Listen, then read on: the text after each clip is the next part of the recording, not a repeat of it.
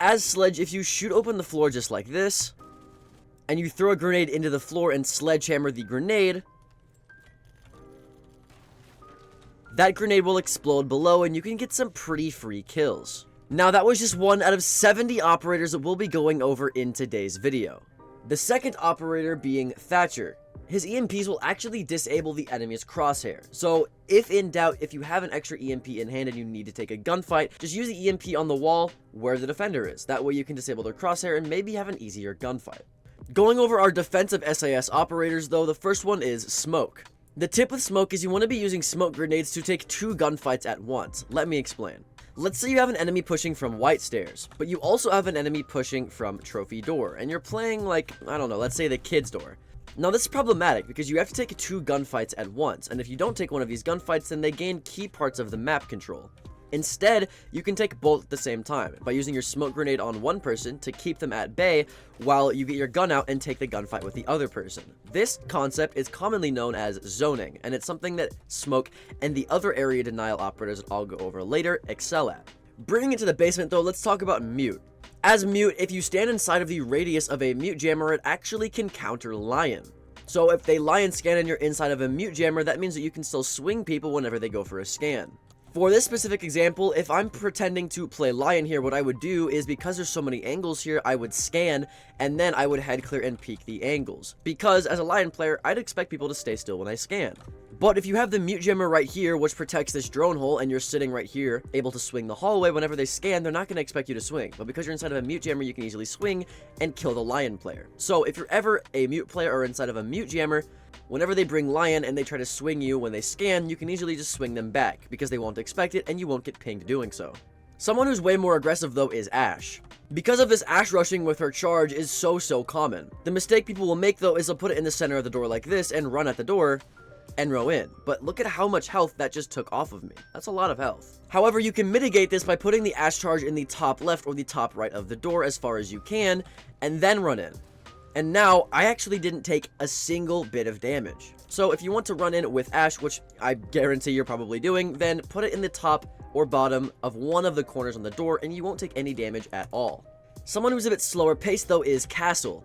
My tip with Castle is you want to stop barricading windows to the outside and doors to the outside.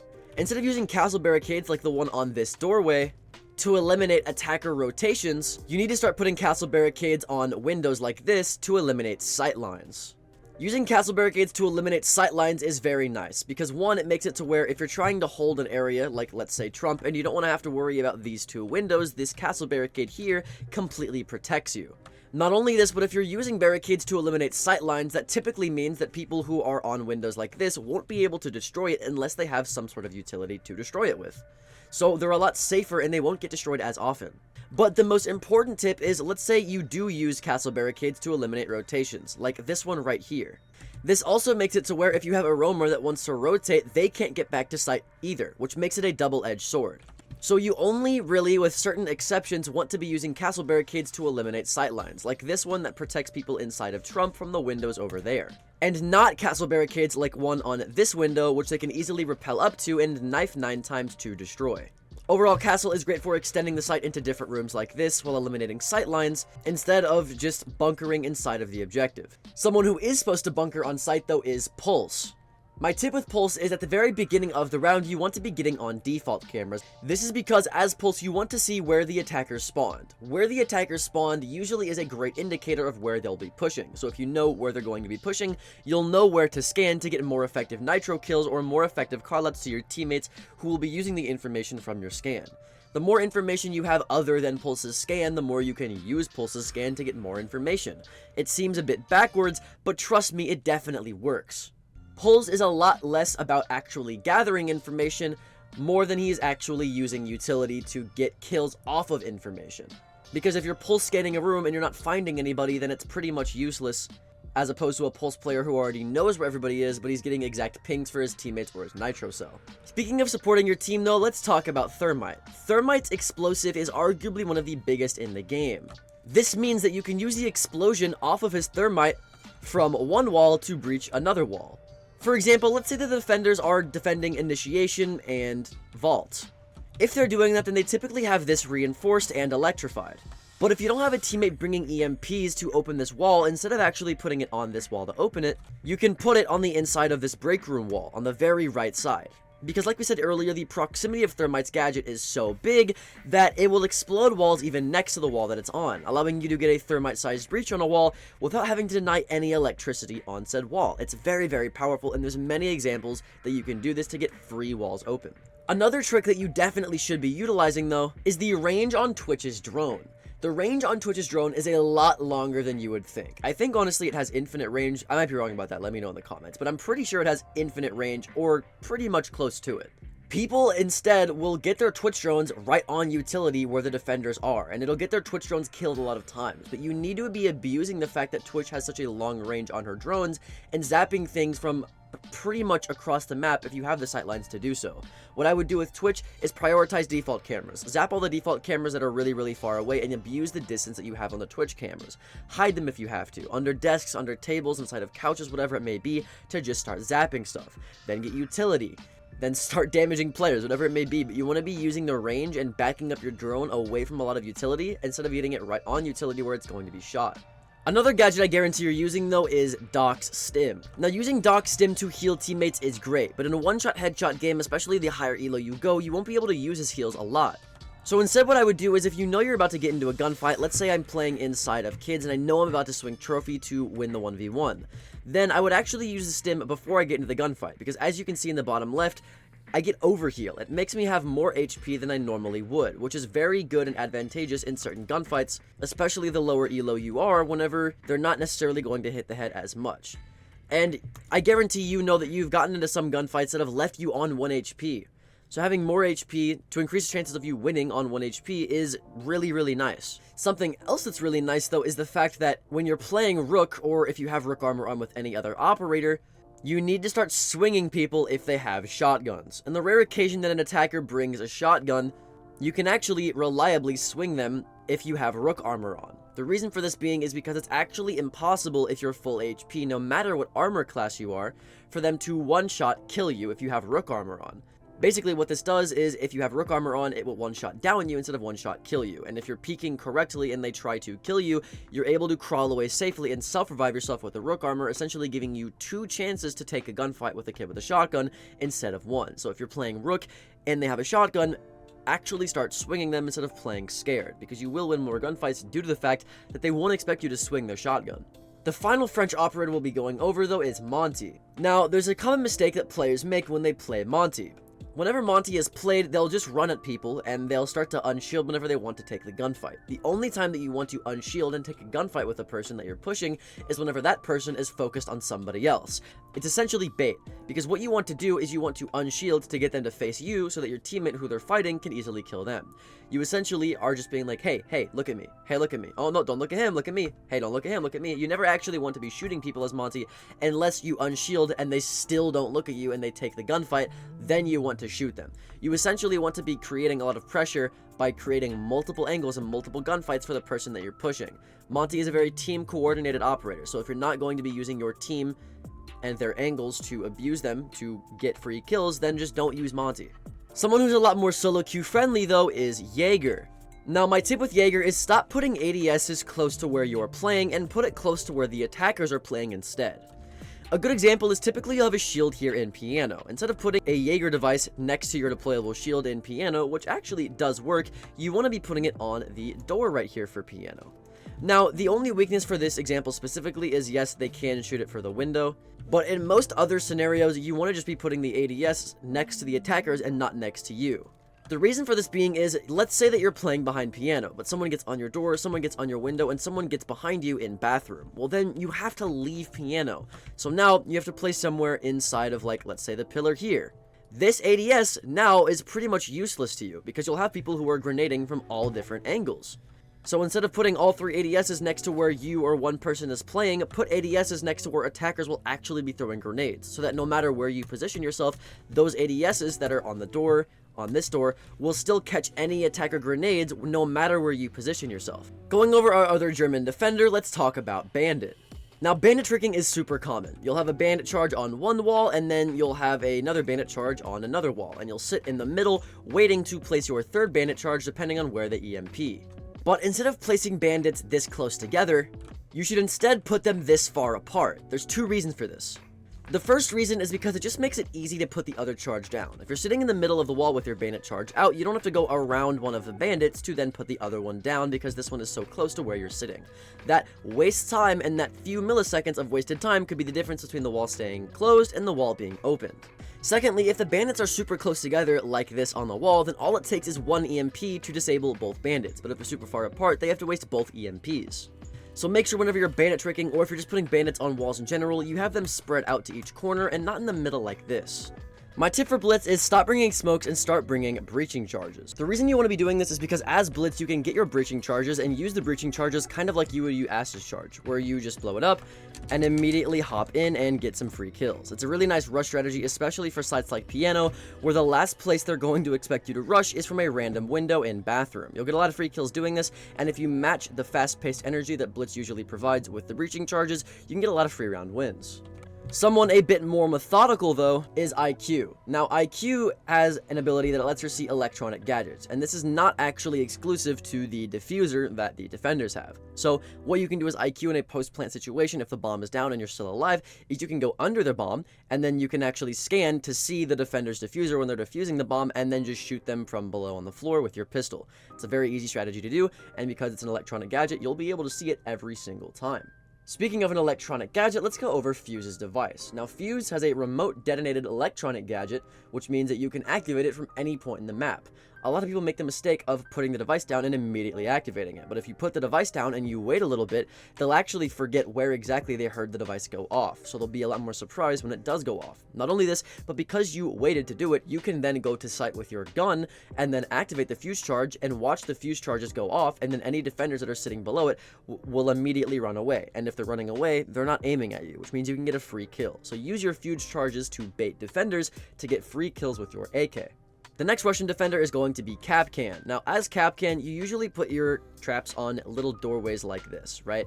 But what if I told you there's a better way to hide them? All you have to do is barricade the door that you put the Kapkan traps on, and then take the barricade off. What this does is whenever you take a barricade off, it leaves this little sliver of the barricade that was once there, as you can see. And this little sliver makes the doorway appear to be thicker, which makes the Kapkan traps a little bit more hidden. As you can see, it's actually hard to see the Kapkan traps until you're right about here. Then you'll be able to see it. But by that point, you probably already checked, okay, there's no Kapkan traps here, no Kapkan traps here, and then you've walked into it, and now you can see it. So it makes it a little bit harder to see. So anytime that you put Kapkan traps down, just barricade and unbarricade the door first, because that could be the difference in someone hitting or shooting your Kapkan traps. Not only are you using this ability wrong, I guarantee you're probably using Glaz and his smokes wrong. Let's take this example on Coastline, where people will upside down rappel on the service door, and they'll try to get free kills with a smoke grenade. Now, what you want to do is throw smoke grenades farther away from you. You don't want to throw them close to you on the door like people commonly do. The reason for this being is because if you're farther away from the smoke, it makes it a lot harder for people to pre-fire you through the smoke. Let's pretend that I'm a defender. If the smoke is right here, then I'm not actually able to see the doorway. So it's a lot harder for me if I'm pre-firing to see where the doorway is and then pre-fire the doorway. But if I smoke super close to me, like let's say about right there where most Glazes do, then I'm still perfectly able to see the outline of the doorway, and now I know exactly where to pre-fire on the edge of the doorway to kill any Glaz player. So throw your smoke grenades at the defenders and not at your feet. It makes it so much harder for them to pre-fire you. Not only are smoke grenades the only piece of secondary utility that you're using wrong, but on Tachanka, I guarantee you're not utilizing his deployable shield correctly.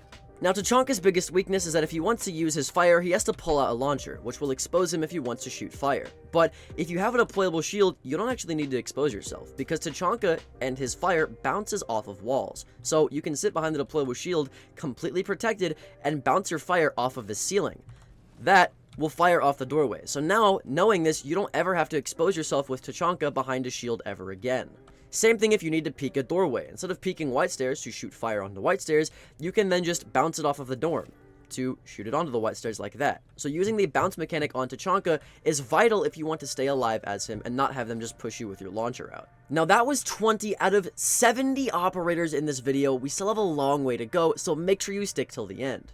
Because our next operator is Buck. Now, Buck has one thing that a lot of other soft reachers don't, is that his ability is long range, meaning you can do it from a distance. This being said, as Buck, it allows you to do something called multi-level vert, which means that you can go through multiple surfaces with his vert very, very quickly. As you can see, I'm on the 3rd floor, and now I have access onto anybody inside of kitchen, and it's very quick. It doesn't really take much time, doesn't take much effort, it's just 1 shot, 2 shot, and now you have vert. Very, very quick. If I want to do it for multiple different places, I'll shoot right here, shoot right here, shoot right there, and like, look how quickly I got all of that vert, right? Shoot right here, maybe right there, right there. And this isn't exclusive to just a floor and a floor. You can do this through a floor and a wall as well. Let's say I want to open up this floor and then open up the wall right next to it. Now, I have vert from the floor and from the wall onto anybody in the backside of kitchen and coffee, which gives me a hugely free and safe angle. As Buck, this is what sets you apart from other different soft reachers, so you need to be abusing this at any time possible. Next though, let's go over his Canadian counterpart, Frost. Now as Frost, the main weakness of her ability is the fact that people can just pre-fire her traps because they know that she's on the board. So what you want to do is stop putting frost mats under windows. That's just too common. Instead, what you should do is put them under walls. Typically these 2 walls right here are reinforced, but typically also they get opened very quickly in the round. So what you can do is you can put a frost mat under a wall that you know is typically going to get aced open. The reason that you want it to be aced open is because aces holes are typically vaultable holes, unless they're done completely correctly. But on this wall specifically, usually it's vaultable. And like we said, anything that's vaultable, you can put a frost mat under. So having a frost mat on this wall right here is not a bad idea when you know they're going to bring ace. Another wall that's typically aced open is the one inside of kitchen. If you put the frost mat down in front of the center of this wall, whenever they ace this wall open, and they hop through the wall, the last thing they'll be expecting is a frost mat at their feet. This ability might seem bad, but if used correctly like this, you can get a lot of free downs with it. Another ability that might seem bad, though, is Blackbeard. Now, the issue that people use with Blackbeard is that they repel on windows with Blackbeard. This is not good, because it just is going to make it to where people can easily pre-fire you due to the fact that because you're on such a wide window, they can see your shield before you can see them, which means your shield is going to get pre-fired, and so is your head. But if you hold really, really tight angles, that means that you'll be able to see them as they see you. So as Blackbeard, instead of holding windows, you want to be holding very tight and long angles where it's hard to hit you in the first place, much less hit your shield multiple times in a row. Speaking of Navy SEALs though, let's go over Valkyrie next. Now Valkyrie used to be broken because you used to be able to hide her cameras inside of plants, but now they nerfed it to where if you throw a camera inside the plant, it gets destroyed like that. If you want to avoid this though, all you have to do is throw a camera on top of the plant and then bounce your other camera off of that camera and it will fall into the plant without destroying the plant. So if you still want a camera hidden inside of a plant like that, just bounce it off of another one right next to it. It works flawlessly every single time, as you can see. Speaking of flawless, let's go over a flawless operator, Caveira. That was a joke. Whenever you're playing Caveira, you should use your silent step in the prep phase. The reason that you do this is because if they have a jackal on the board, he won't be able to actually see your footprints on the ground whenever he enters the building if you don't have any footprints to lay down. Because as Caveira, if you didn't know, whenever you use her silent step ability, she doesn't actually leave footprints that Jackal can track, which is amazing. So make sure in the prep phase that you have her ability active. With that Caveira tip, the enemies won't be able to see your footsteps. But with this Capitao smoke, the enemies won't be able to see anything. If you don't know, Capitao smokes stick to whatever you shoot them at. So you can make one-way smokes, where you can easily see defenders that swing from under the smoke, but if they're inside of it, they can't actually see at all unless they crouch. But even then, it's still limited vision, as you can see. But as you can see, even if the smoke is still there, you can easily see anyone's legs who are trying to push you from the smoke if you're planting. This is called a one-way smoke. If you've played any other game with smoke grenades, you know that this is the thing, because once their heads get into smoke, they can't see, right? But you can still see their legs. So they can't see you, you can see them. It's a pretty deadly combination. Another combination that's powerful is the combination of 8 Hibana pellets to Hibana trick a wall. If you don't know, if you put Hibana pellets, 4 on the top and 4 on the bottom of a reinforced wall, and you activate the Hibana pellets, it'll actually take the reinforcement off of the wall, to which you can put a breach charge in the middle and destroy the soft portion of the wall as well. It's a very, very powerful thing to do as Hibana to completely get a wall opened like a thermite-sized breach. Speaking of Japanese operators, let's go over Echo. My tip with Echo is you need to be making escape routes with his cameras. The issue with Echo is that once you stun an enemy player, the enemy player can just shoot your drone if they're good. But if you have an escape route right next to where you have your camera planned out for you, then they won't be able to even do that, which increases Echo's effectiveness by 100%. As you can see by this clip, I have my echo camera on the ceiling, I stun a player, and then I immediately go in this drone hole on the left. It's very powerful because then they couldn't shoot my echo camera and my smoke got a free kill immediately after. Speaking of free kills though, let's go over Jackal. As Jackal, did you know that the color of the person's footstep determines the actual age of the footstep? If the footstep is closer to warmer colors like red, orange, and yellow, then it's a newer footstep that's only seconds old. But if it's green, blue, or even gray on the colder side of the color spectrum, then it's an older footstep. Knowing this, you need to prioritize tracking warmer colors when it comes to footsteps because those are actually the roamers that are closest to you that pose the most amount of threat. This can get you a lot of free kills in certain scenarios where you know roamers might be close, but you don't know exactly which footsteps to scan because you might accidentally track somebody on the site and not the roamer that you're trying to go against. Speaking of anchoring on site though, let's go over Mira. As Mira, you never want to be too afraid to break your own Mira windows, and not like this. I'm talking about like this. The reason that you want to actually be doing this in your favor is because let's say, like you just saw, someone just knifes your Mira. Well, now it's useless. So at a certain point, you might as well just open the mirror canister like I did here, so that you have some sort of angle or pressure onto the attackers that are inside of study. Or better yet, in case you need to pressure someone on this doorway, but you don't want to peek the obvious holes that are right here, then break this mirror and use these holes, and then get an even deeper angle through the metal handle right here on this doorway to get a pixel angle on anybody right here that they can't shoot you because there's metal in front of your face, right? Like, don't be afraid to break your mirror windows. Sometimes they can give you even cooler angles that pressure attackers even more from planting that can win you some rounds. It's a really good strategy. Now, speaking of a strategy that can win you rounds, let's go over this tip with Ying. Now, as you can see with the Ying Candela, there's a different amount of charges that you can have. You can either charge at 1 bar, 2 bars, or 3 bars. Now, when should you be using the different amount of charges? Well, it depends. If you're going for kills or if you're going for space. Let's say that I want to take control of elbow just like this. I don't necessarily want to go for kills for anybody hiding on the doorway or anybody on the head holes, because maybe I have information on the fact that nobody's there. Well, if you want to take space, then you only want to roll the Ying Candela 1 time, like this.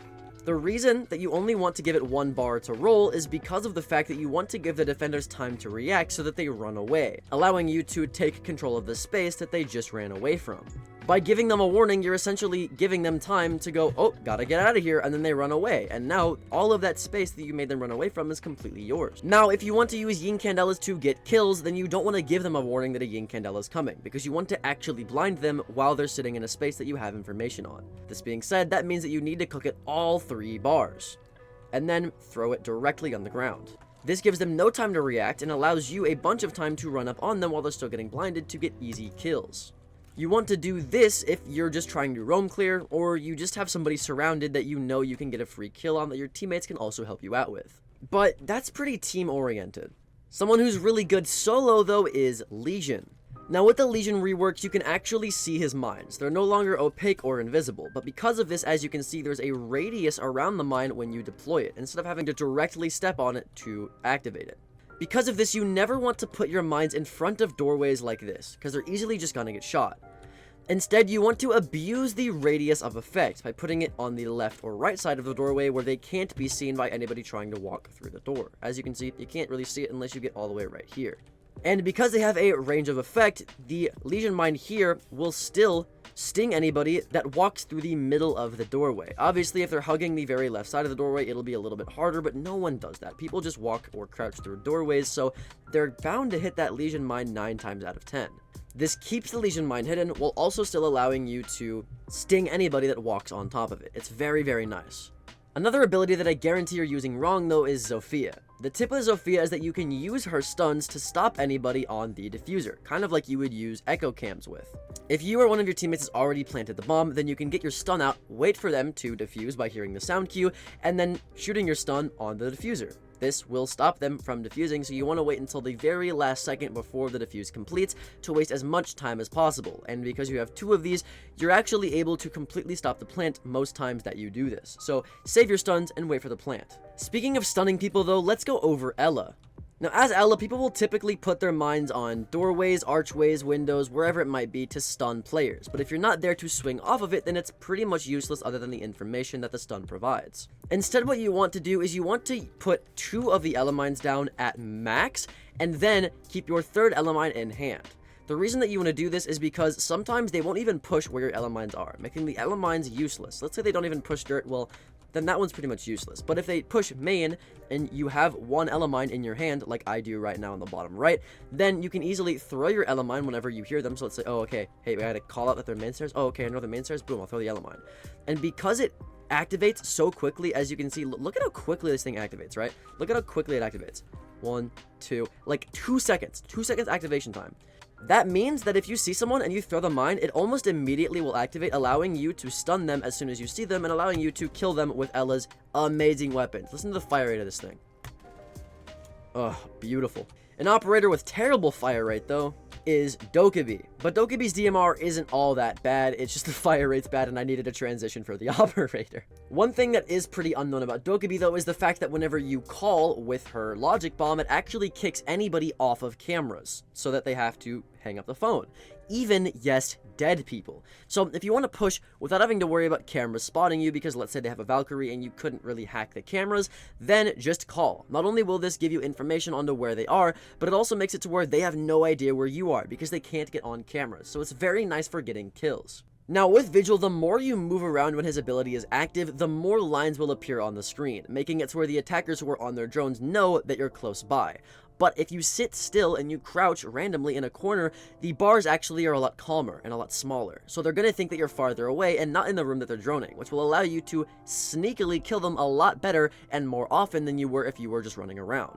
Also, running around and even walking around or even crouching around makes noise, and they can use that noise to determine your exact location, so your ability is pretty much useless. So my tip with Vigil is you need to just be still when you have his ability active so they can't drone you out effectively. Speaking of standing still though, let's talk about Lion. Lion, when he scans, makes people stand still. That's no secret. But it doesn't really matter if they're standing still, because if they stand still, you can't even get any pings on them. So what you want to do as Lion is you need to drone people out before you scan. What this does is it gives the defenders 2 losing options. If you drone them and then you scan, well, they can't move. So you droned them and you know exactly where they are even when you scanned them. So you know where they are. But if they do move, then they get pinged.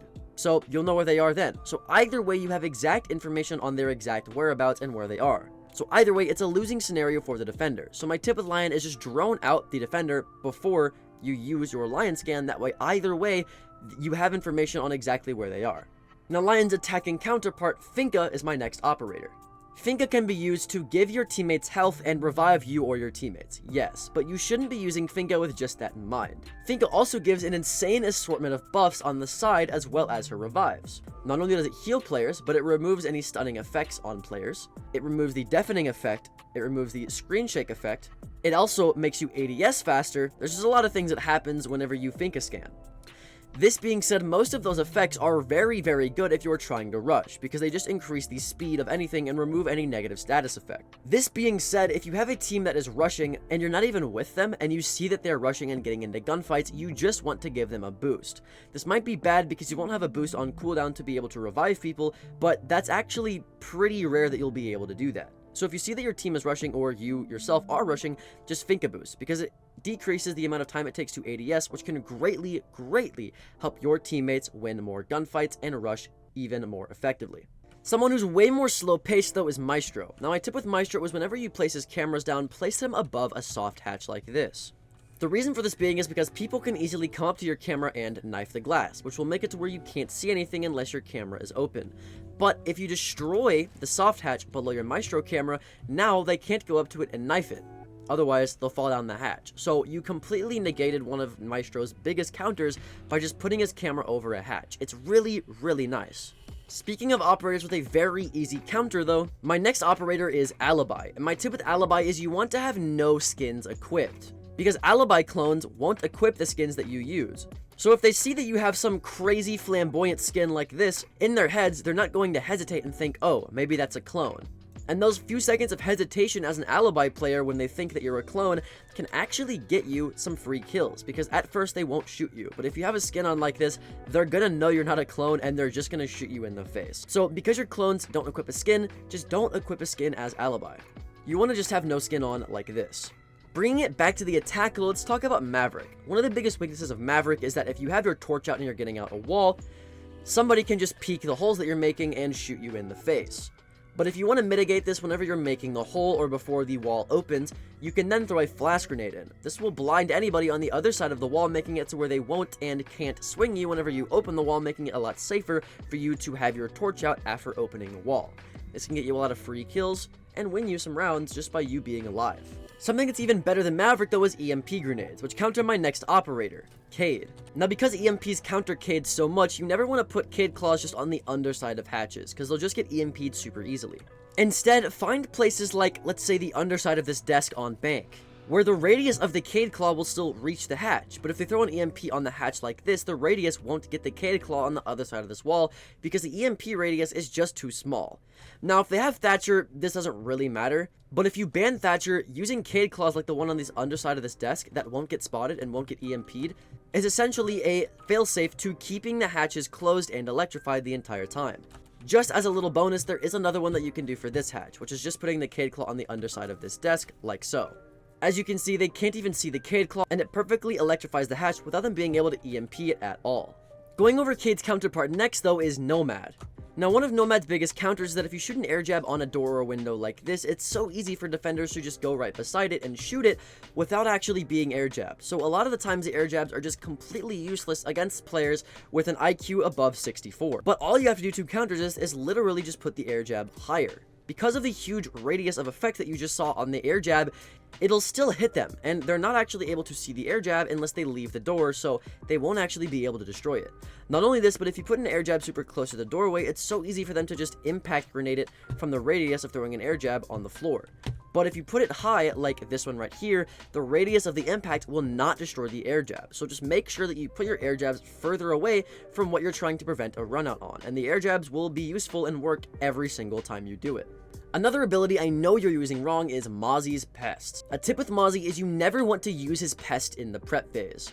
If denying information and drones in the prep phase was so important to you, then you would just play Mute or Solus, because they do that job way better.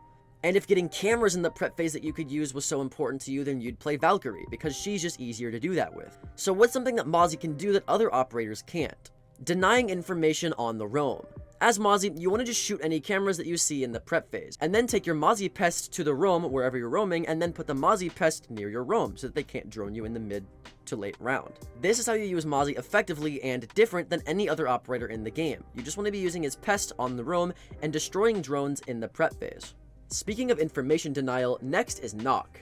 Now, one thing a lot of people don't know about Knock, or Nook, whatever you want to say, I'm calling it Knock, I'm not going to be fancy, f you, is that if you have her ability activated, alibi clones can't actually ping you if you shoot them. So what I would do, if you're going against an alibi player as a Knock player, is that you just want to be shooting every single alibi clone that you see, because sometimes it won't be an alibi clone and it'll be the actual player, and because you shot the clone with your ability active, you can't get pinged, so there's no punishment for not shooting the clone. So what I would do as Knock is just shoot every alibi clone you see, because you never know, some people like to pretend to be clones. Speaking of ability counters though, let's go over Warden.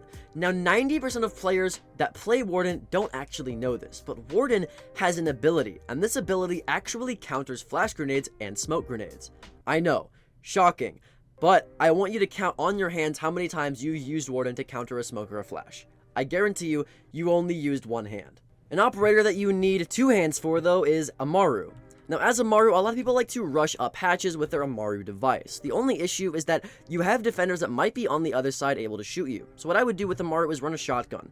With the shotgun, you can, keyword, partially open up the hatch like this. When you partially open up the hatch, not only does it allow you to see on the other side of the hatch if there's a defender, but more importantly, it allows you to throw a flash grenade from the hatch onto the other side.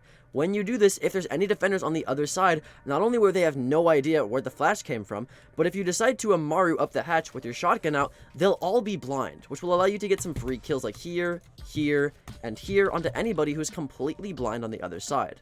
This is something that you can easily abuse in your next game. Something that's also abusable is this Goyo glitch that I have on screen. If you have a teammate that goes Melusi, whenever the Melusi places her device on the ground, in the middle of the animation of her placing her Melusi gadget, you can also place your Goyo device on top of her Melusi gadget.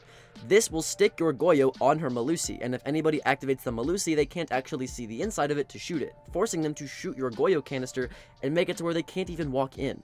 This is a great glitch that I don't know why it's still in the game. It's been here for like 3 seasons, but it's so broken. You just have to try in your next ranked game. Another thing that you need to try in your ranked game is shooting open the soft portion of a wall with Kali if your hard breacher's trying to open the wall. Now, as a hard breacher, whenever you're putting something on a wall, it's hard to hear where the bandit or the Cade is when they're trying to bandit or Cade trick the wall. If you need to know exactly what side of the wall they're on, though, when they're bandit tricking, having the soft portion of the wall open makes it a little bit easier to hear, because there's less sound barrier between the defender and the attacker.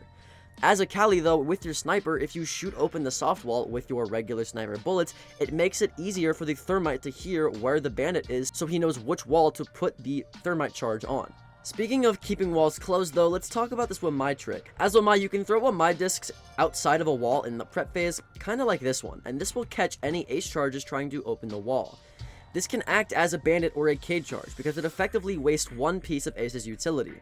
And that alone is enough, because now he only has 2 that are left to open the wall, and you have 2 impacts to impact trick. So as Wamai, you can solo keep the wall closed if you want to, just like that, while having Wamai discs to also help you out, because guess what? You have 5 more that you can place on the site. Bringing it back to the attack, though, my next operator is Yana. Now, with Yana, you want to be using your prep phase drones as much as you can, due to the fact that with her clone, you essentially have infinite droning. So what I would do is you have 2 options with your pre-placed drone in the prep phase. You can either A, run it into the site and get as much information on the enemy operators and setup as possible, or B, you can use it as a cutoff camera for your teammates, essentially giving you a camera on attack. Because of the fact that you have infinite droning with your clone, you don't need both of your drones. You can go ahead and waste one if it means getting information that your teammates are too scared to use their drones to get information with. So running it into sight is actually kind of viable with Ayana. Her defending counterpart, Oryx, though, has another weirdly viable tactic, which is just opening every single hatch in the prep phase.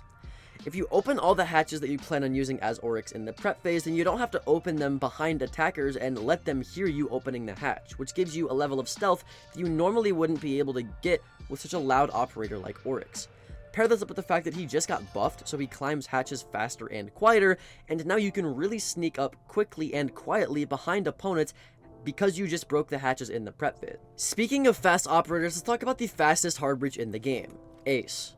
Now, Ace's breach is a bit weird, because as you can see when I throw it on a wall just like this, it's a segmented breach, meaning that one part blows up, and then one part blows up immediately after that. But you can shoot these canisters. Now, you have head holes instead of a wall that's opened, which can be abused in certain scenarios. The CC wall is a great example. You don't want an entire breach open on the left, because then people can use the sightline of the bottom of the breach to kill anybody that's repelled on the left side of the wall here. Instead, you just want head holes. So, put your ace on the wall, destroy the bottom portion like this, and now you have head holes instead of a full-sized breach. Your third ace charge, though, needs to be used with your first one to make a walkable breach, just like this, so there's 3 segments on one side. And now, instead of having a breach that you have to crouch through and slow yourself down with, you now have a running breach that's about as big as a thermite hole, and you have optional head holes where you can use this for cover right here, or you can peek off of without having to worry about dying when you're on the rappel. This is how you use Ace on most walls. And a lot of people use Ace wrong. Another operator you're using wrong is Melusi. Now, Melusi, a lot of people like to put Melusi Banshees in sight like this, because the radius of this Melusi Banshee will still reach the doorway. But this one is actually pretty bad, because what happens is when they walk in and it activates, they immediately just shoot it, and it goes to waste.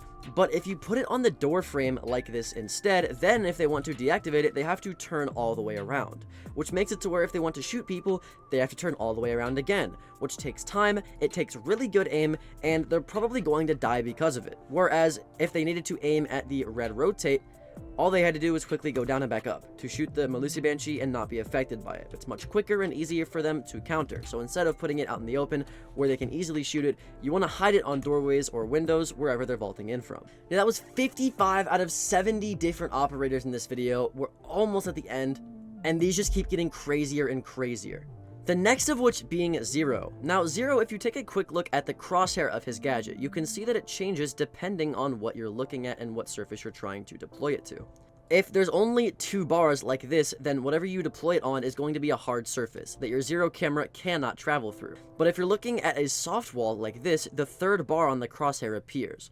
This means that what you're looking at currently and what your camera is going to deploy onto is a soft wall, which means that you can shoot it on the other side just like this.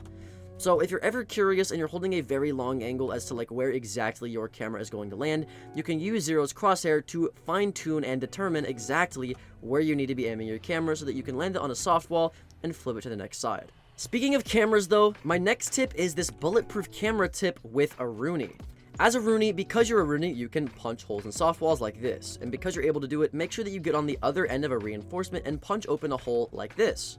Once this is open, you can put your bulletproof camera inside of the soft wall. Now, attackers can't from a long distance shoot the side of your bulletproof camera because a reinforcement is protecting it. So it's a lot harder to destroy this bulletproof camera. Pair that up with a Rooney gate right in front of it, and now it's almost completely indestructible unless they use a bunch of utility to clear it. Somebody who can easily counter a Rooney, though, is Sens. Now with Sens, you never want to deploy the smoke wall in a straight line just like this. This may seem really good because it covers both doorways, allowing you to sneak past into the rotate to get the bomb down here. But it's not good because as a defender, all they have to do is walk past the smoke to peek you. So instead of deploying in a straight line like that, you want to actually zigzag the smokes like this. Zigzagging the smoke makes it to where if they want to peek you, let's say from this doorway, now they have to go through multiple layers of smoke to get to you, which is really, really dangerous for them because they never know what's on the other side. Could you, as an attacker, theoretically be sitting in one of these hallways of smoke? Sure, they don't know that, so they're not going to take the risk and peek through it. It's a lot less risky for you and a lot more risky for them, all because you decided to zigzag the smoke like this instead of just throwing in a straight line.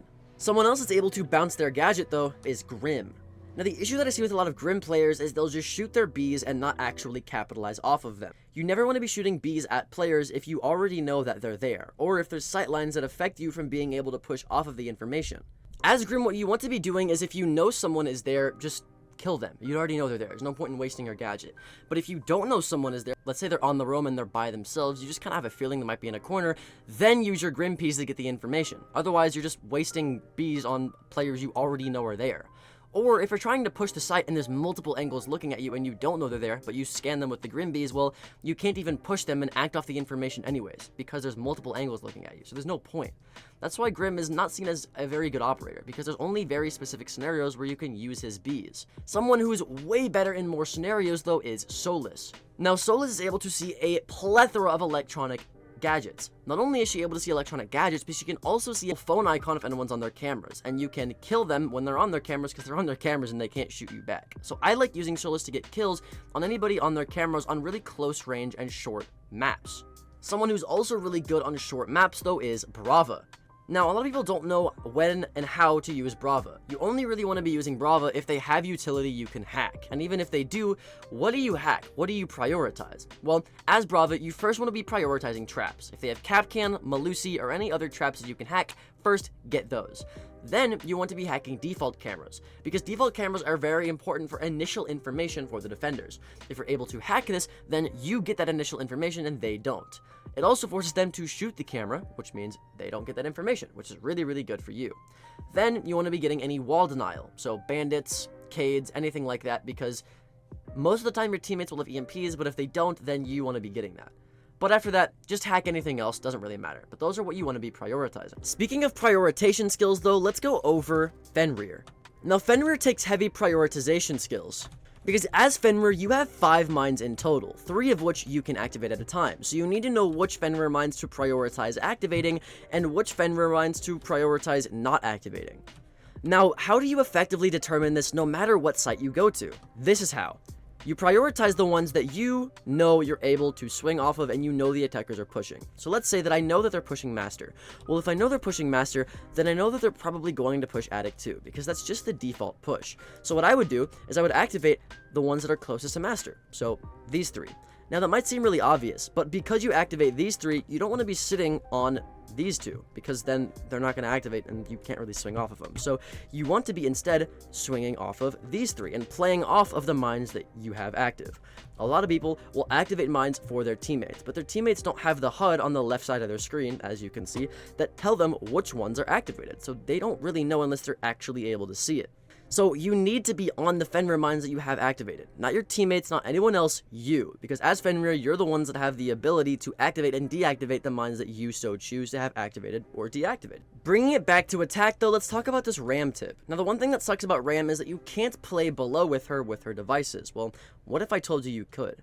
If you find somewhere that's pretty close to the ceiling, like these file cabinets, and you want to play below for Master, then all you have to do is throw her Ram device on top of the cabinets. Just like that. Now, if you activate it, the radius of the saws will actually get anything from below. It's a pretty useful tip. And finally, to the newest operator addition to the game, we have Turborao. Now, as Turborao, if someone is playing Ying and they throw a Ying Candela in, and instead of trying to freeze the Ying Candela, if you freeze the doorway that the Ying is on, Ying's glasses won't actually work if she's in the freeze radius, meaning that if she walks in after using her blind, she'll just blind herself, and you can get some free kills with this. It's very, very nice. But with that out of the way, that's it for this video. Check out this next video. My name's Alka, and I'll see you in the next one. Later.